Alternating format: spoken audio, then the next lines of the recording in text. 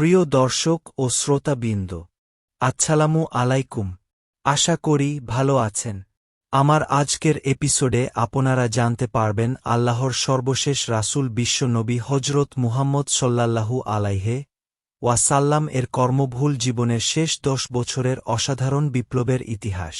বিশ্ব নবীর বর্ণাঢ্য জীবনের শেষ 10 বছরের ইতিহাস বিস্তারিত জানতে চ্যানেলটি সাবস্ক্রাইব করে ভিডিওটি শেষ পর্যন্ত দেখুন।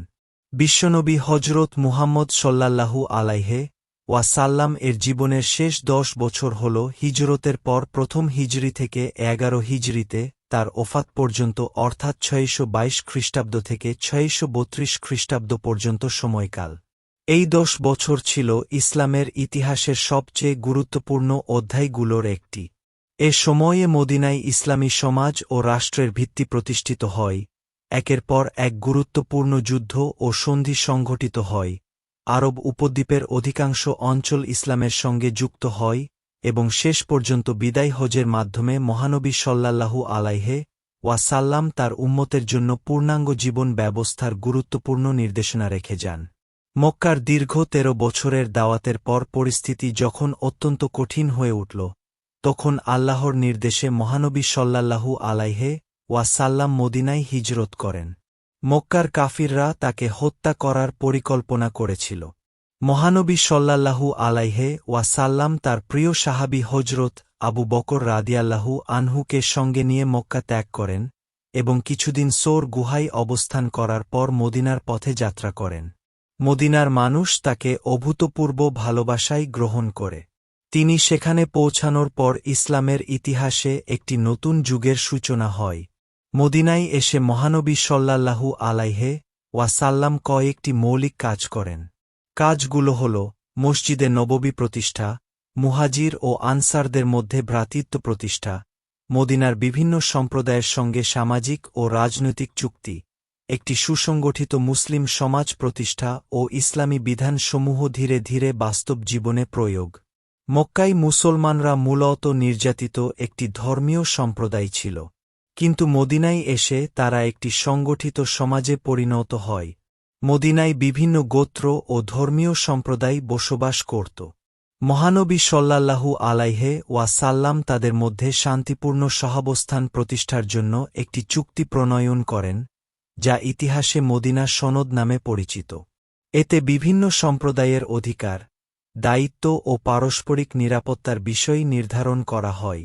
এ সময় মহানবী সাল্লাল্লাহু আলাইহি ওয়াসাল্লাম শুধু ধর্মীয় নেতা ছিলেন না, তিনি ছিলেন রাষ্ট্রনায়ক, বিচারক, সেনাপতি, শিক্ষক, সমাজ সংস্কারক এবং আধ্যাত্মিক পথ প্রদর্শক।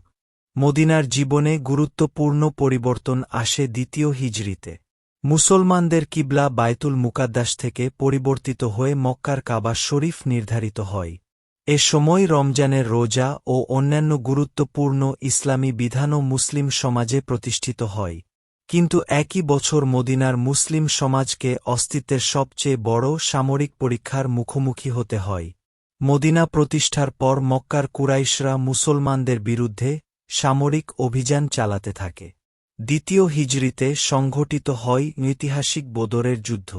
মুসলমানদের সংখ্যা ছিল 313 জন, আর কুরাইশ বাহিনীতে ছিল প্রায় 1000 জন। সংখ্যায় ব্যাপকভাবে পিছিয়ে থেকেও মুসলমানরা বিজয় অর্জন করে। বদরের বিজয় মুসলমানদের আত্মবিশ্বাস বহুগুণ বাড়িয়ে দেয় এবং মদিনার ইসলামী রাষ্ট্রের রাজনৈতিক অবস্থান শক্তিশালী করে। বদরের পরাজয়ের প্রতিশোধ নিতে কুরাইশরা বিশাল বাহিনী নিয়ে মদিনার দিকে অগ্রসর হয়। তৃতীয় হিজরি মোতাবেক 625 খ্রিস্টাব্দে মদিনার কাছে উহুদ পাহাড়ের পাদদেশে সংঘটিত হয় উহুদের যুদ্ধ। যুদ্ধের প্রথম পর্যায়ে মুসলমানরা এগিয়েছিল, কিন্তু পাহাড়ের গিরিপথে অবস্থানরত কিছু তীরন্দাজ মহানবী সাল্লাল্লাহু আলাইহি ওয়াসাল্লাম এর নির্দেশ অমান্য করে নিজেদের অবস্থান ত্যাগ করলে যুদ্ধের পরিস্থিতি বদলে যায়। মুসলমানদের অনেক সাহাবী শহীদ হন। মহানবী সাল্লাল্লাহু আলাইহি ওয়াসাল্লাম নিজেও আহত হন। তার প্রিয় চাচা হজরত হামজা রাদিয়াল্লাহু আনহু এ যুদ্ধে শহীদ হন। উহুদের ঘটনা মুসলমানদের জন্য কিছু গভীর শিক্ষা ছিল, যেমন নেতার নির্দেশ মানা, শৃঙ্খলা বজায় রাখা এবং সাময়িক সাফল্যে আত্মতুষ্ট না হওয়া। এরপর মদিনার বিরুদ্ধে আরেকটি বৃহৎ জোট গঠিত হয়। কুরাইশ সহ বিভিন্ন গোত্র মদিনা আক্রমণের জন্য এগিয়ে আসে ৫ম হিজরি মোতাবেক ৬২৭ খ্রিস্টাব্দে। মহানবী সাল্লাল্লাহু আলাইহি ওয়াসাল্লাম সাহাবীদের সঙ্গে পরামর্শ করে মদিনার প্রতিরক্ষায় একটি পরিখা খননের সিদ্ধান্ত নেন। হজরত সালমান আল ফারসি রাদিয়াল্লাহু আনহু এর পরামর্শে এই কৌশল গ্রহণ করা হয়। মদিনার চারপাশের কৌশলগত অংশে বিশাল পরিখা খনন করা হয়। শত্রু বাহিনী মদিনায় প্রবেশ করতে না পেরে দীর্ঘদিন অবরোধ করে রাখে। শেষ পর্যন্ত প্রবল প্রতিকূল আবহাওয়া ও অন্যান্য কারণে সম্মিলিত বাহিনী ফিরে যায়। এই যুদ্ধকে আহজাবের যুদ্ধ বা খন্দকের যুদ্ধ বলা হয়। এরপর থেকে মদিনার বিরুদ্ধে কুরাইশদের আক্রমণাত্মক অবস্থান অনেকটাই দুর্বল হয়ে পড়ে।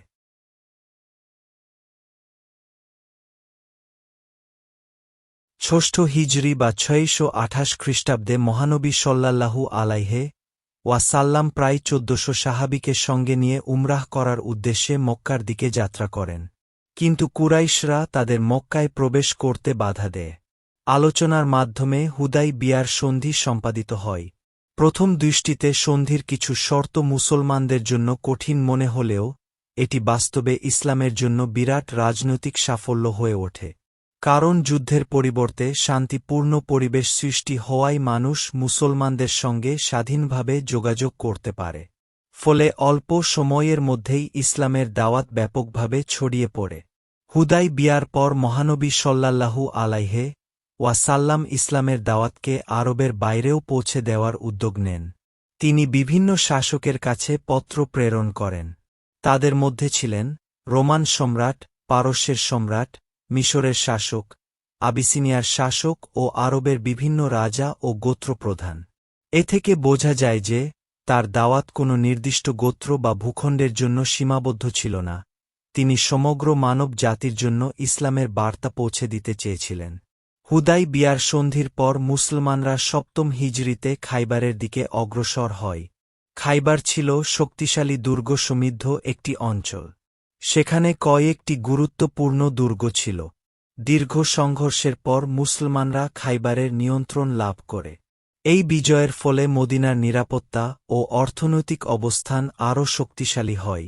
হুদাইবিয়ার সন্ধির শর্ত অনুযায়ী পরবর্তী বছর মুসলমানরা মক্কায় গিয়ে উমরাহ করার সুযোগ পায়। মহানবী সাল্লাল্লাহু আলাইহি ওয়াসাল্লাম সাহাবীদের নিয়ে মক্কায় প্রবেশ করেন। এক সময় যে শহর থেকে তাকে ও তার সাহাবীদের নির্যাতনের মাধ্যমে বের করে দেওয়া হয়েছিল, সেই শহরেই তিনি আবার শান্তিপূর্ণভাবে প্রবেশ করলেন। কিন্তু ইতিহাসের সবচেয়ে নাটকীয় অধ্যায় তখনও বাকি ছিল। হুদাইবিয়ার সন্ধির একটি গুরুত্বপূর্ণ অংশ ছিল কুরাইশ ও মুসলমানদের মধ্যে শান্তি প্রতিষ্ঠা। কিন্তু মিত্র গোত্রের উপর হামলার মাধ্যমে সন্ধি ভঙ্গ হয়, যার ফলে ৮ম হিজরি বা ৬৩০ খ্রিস্টাব্দে মহানবী সাল্লাল্লাহু আলাইহি ওয়াসাল্লাম বিশাল বাহিনী নিয়ে মক্কার দিকে অগ্রসর হন। মক্কা বিজয়ের সময় মুসলিম বাহিনীর সংখ্যা ছিল প্রায় ১০,০০০।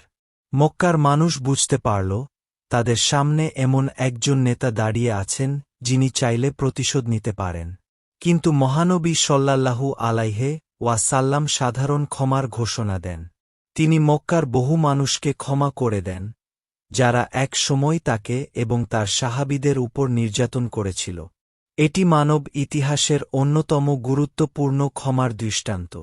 মক্কা বিজয়ের পর মহানবী সাল্লাল্লাহু আলাইহি ওয়াসাল্লাম কাবা শরীফে প্রবেশ করেন। কাবার চারপাশে থাকা মূর্তিগুলো অপসারণ করেন এবং কাবাকে তাওহীদের কেন্দ্র হিসেবে পুনঃপ্রতিষ্ঠিত করেন। এর মাধ্যমে মক্কা ইসলামের কেন্দ্রীয় পবিত্র নগরীতে পরিণত হয়।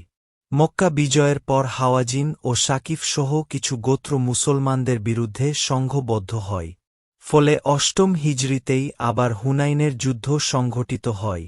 যুদ্ধের শুরুতে মুসলমানদের একটি অংশ আকস্মিক আক্রমণে বিচলিত হয়ে পড়লেও মহানবী সাল্লাল্লাহু আলাইহি ওয়াসাল্লাম শক্ত অবস্থান গ্রহণ করেন।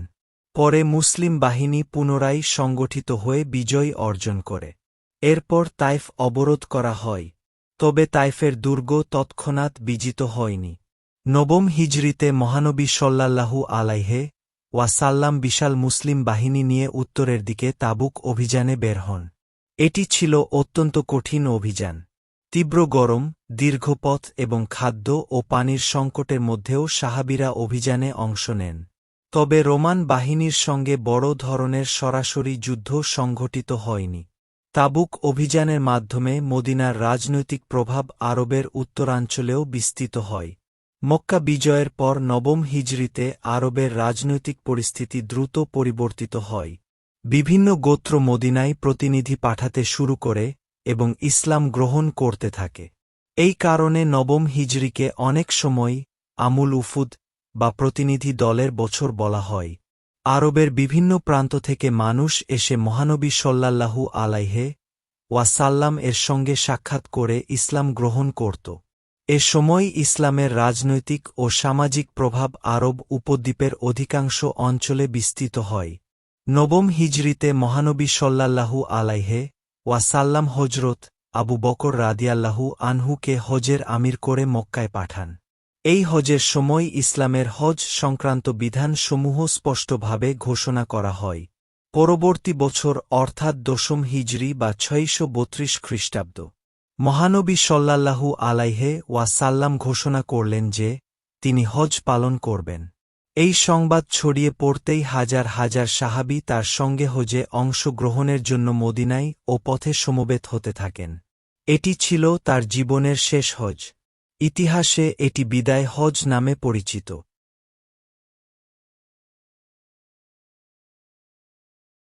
দশম হিজরির ৯ জিলহজ দিবসে তিনি আরাফার ময়দানে উপস্থিত হন। সেখানে তিনি মুসলিম উম্মাহর উদ্দেশ্যে ঐতিহাসিক ভাষণ দেন। এই ভাষণে তিনি মানুষের জীবন, সম্পদ ও সম্মানের পবিত্রতা, সুদ নিষিদ্ধকরণ, নারীদের অধিকার, পারস্পরিক ভ্রাতৃত্ব এবং আল্লাহর প্রতি আনুগত্যের ওপর গুরুত্ব আরোপ করেন। তিনি ঘোষণা করেন যে একজন আরবের উপর অনারবের এবং অনারবের উপর আরবের শ্রেষ্ঠত্ব নেই, তাকওয়াই মর্যাদার মূল ভিত্তি। বিদায় হজের ভাষণ ইসলামী নৈতিকতা ও মানবিক মূল্যবোধের অন্যতম গুরুত্বপূর্ণ দলিল হিসেবে বিবেচিত হয়। বিদায় হজের সময় কুরআনের একটি অত্যন্ত গুরুত্বপূর্ণ আয়াত নাজিল হয়। আজ আমি তোমাদের জন্য তোমাদের দিনকে পূর্ণাঙ্গ করে দিলাম, তোমাদের প্রতি আমার নিয়ামত সম্পূর্ণ করলাম এবং ইসলামকে তোমাদের জন্য একমাত্র দিন হিসেবে মনোনীত করলাম। সূরা আল মাইদাহ। এই আয়াত ইসলামের বিধান ও জীবন ব্যবস্থার পূর্ণতার ঘোষণা বহন করে। হজ সম্পন্ন করে মহানবী সাল্লাল্লাহু আলাইহি ওয়াসাল্লাম মদিনায় ফিরে আসেন। কিন্তু তখন তার জীবনের শেষ অধ্যায় শুরু হয়ে গেছে।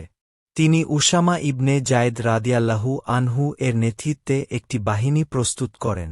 উদ্দেশ্য ছিল শামের সীমান্তের দিকে অভিযান। কিন্তু মহানবী সাল্লাল্লাহু আলাইহি ওয়াসাল্লাম অসুস্থ হয়ে পড়ায় বাহিনীটি তখনই যাত্রা করতে পারেনি। দশম হিজরির শেষভাগ থেকে ১১ হিজরির শুরুতে ৬৩২ খ্রিস্টাব্দে মহানবী সাল্লাল্লাহু আলাইহি ওয়াসাল্লাম অসুস্থ হয়ে পড়েন। তার জ্বর ক্রমশ বৃদ্ধি পেতে থাকে। তিনি তার স্ত্রীদের অনুমতি নিয়ে হজরত আয়েশা রাদিয়াল্লাহু আনহা এর কক্ষে অবস্থান করেন। অসুস্থতার মধ্যেও তিনি নামাজের ব্যাপারে অত্যন্ত সচেতন ছিলেন। যখন তিনি নিজে মসজিদে গিয়ে নামাজের ইমামতি করতে অসুবিধা অনুভব করেন, তখন হজরত আবু বকর রাদিয়াল্লাহু আনহুকে নামাজ পড়ানোর নির্দেশ দেন। এ ঘটনাকে পরবর্তী মুসলিম সমাজে আবু বকর রাদিয়াল্লাহু আনহু এর নেতৃত্বের একটি গুরুত্বপূর্ণ ইঙ্গিত হিসেবে দেখা হয়েছে। অসুস্থতার শেষ পর্যায়ে মহানবী সাল্লাল্লাহু আলাইহি ওয়াসাল্লাম এর শারীরিক দুর্বলতা বৃদ্ধি পায়। তবুও তিনি তার উম্মতের ব্যাপারে চিন্তিত ছিলেন। তার জীবনের শেষ সময়েও তিনি নামাজের ব্যাপারে সতর্ক করেন এবং মানুষের অধিকার ও আল্লাহর আনুগত্যের উপর গুরুত্ব দেন। তিনি তার পরিবারের সদস্য ও সাহাবীদের সঙ্গে সময় কাটান। শেষ মুহূর্তে তার দৃষ্টি আকাশের দিকে ছিল এবং তিনি আল্লাহর নৈকট্য ও পরকালীন জীবনের দিকে প্রত্যাবর্তনের প্রস্তুতি নেন। অবশেষে আসে সেই মর্মান্তিক দিন। ৬৩২ খ্রিস্টাব্দ ১১ হিজরি ১২ রবিউল আওয়াল তারিখে তিনি মদিনায় হজরত আয়েশা রাদিয়াল্লাহু আনহা এর কক্ষে ইন্তেকাল করেন। তখন তার বয়স ছিল প্রায় ৬৩ বছর। যে মানুষটি মাত্র ২৩ বছরের নবুয়তি জীবনে আরবের ইতিহাসকে সম্পূর্ণ পরিবর্তন করে দিয়েছিলেন, তিনি দুনিয়ার জীবন থেকে বিদায় নিলেন। মহানবী সাল্লাল্লাহু আলাইহি ওয়াসাল্লাম এর ওফাতের সংবাদ মদিনায় ছড়িয়ে পড়লে সাহাবীদের উপর গভীর শোক নেমে আসে। হজরত উমর রাদিয়াল্লাহু আনহু প্রথমে এই সংবাদ মেনে নিতে পারছিলেন না। তখন হজরত আবু বকর রাদিয়াল্লাহু আনহু এসে মানুষকে স্মরণ করিয়ে দেন যে মুহাম্মদ সাল্লাল্লাহু আলাইহি ওয়াসাল্লাম আল্লাহর রাসূল, তার আগে বহু রাসূল দুনিয়া থেকে চলে গেছেন। তিনি কুরআনের সূরা আলে ইমরানের ১৪৪ নম্বর আয়াত পাঠ করেন। এই বক্তব্য সাহাবীদের বাস্তবতা উপলব্ধি করতে সাহায্য করে। এরপর মুসলিম সমাজে নেতৃত্বের প্রশ্ন সামনে আসে এবং শেষ পর্যন্ত হজরত আবু বকর রাদিয়াল্লাহু আনহু খলিফা নির্বাচিত হন। মহানবী সাল্লাল্লাহু আলাইহি ওয়াসাল্লাম এর জীবনের শেষ দশক শুধু যুদ্ধ ও বিজয়ের ইতিহাস নয়, এটি মূলত একজন নির্যাতিত নবীর নেতৃত্বে একটি নৈতিক, সামাজিক ও আধ্যাত্মিক সমাজের প্রতিষ্ঠার ইতিহাস। মক্কা থেকে বিতাড়িত সেই মানুষটি কয়েক বছরের মধ্যে এমন এক সমাজ গড়ে তুলেছিলেন যেখানে তাওহীদ প্রতিষ্ঠিত হয়, গোত্রীয় অহংকার ভেঙে যায়, দাস ও স্বাধীন মানুষের মানবিক মর্যাদা স্বীকৃত হয়, নারীর অধিকার প্রতিষ্ঠার শিক্ষা দেওয়া হয়, অন্যায় ও সুদ নিষিদ্ধ করা হয় এবং মানুষকে আল্লাহর সামনে জবাবদিহিতার শিক্ষা দেওয়া হয়। আর তার জীবনের শেষ দশকের সবচেয়ে আবেগময় বিষয় হল মক্কা থেকে যে মানুষটি একদিন নিরুপায় অবস্থায় হিজরত করেছিলেন, জীবনের শেষ দিকে তিনি বিজয়ী হয়ে সেই মক্কায় ফিরে এলেন, কিন্তু প্রতিশোধের পরিবর্তে ক্ষমাকে বেছে নিলেন। এ কারণেই মহানবী হজরত মুহাম্মদ সাল্লাল্লাহু আলাইহি ওয়াসাল্লাম এর শেষ দশক শুধু ইসলামের ইতিহাসের নয়, বরং বিশ্ব ইতিহাসেরও এক অসাধারণ পরিবর্তনের দশক। প্রিয় দর্শক ও শ্রোতাবৃন্দ, বিশ্ব মানবতার মুক্তির দিশারি মহানবী হজরত মুহাম্মদ সাল্লাল্লাহু আলাইহি ওয়াসাল্লাম এর জীবনের শেষ ১০ বছরের বৈপ্লবিক জীবন কাহিনী কেমন লাগল কমেন্টে জানান। ভিডিওটি ভালো লাগলে লাইক ও শেয়ার করুন। আর এ ধরনের আরও ঐতিহাসিক শিক্ষামূলক ভিডিও সহজে পেতে আমার ইতিহাসের কথা চ্যানেলটি সাবস্ক্রাইব করে সাথেই থাকুন। ধন্যবাদ।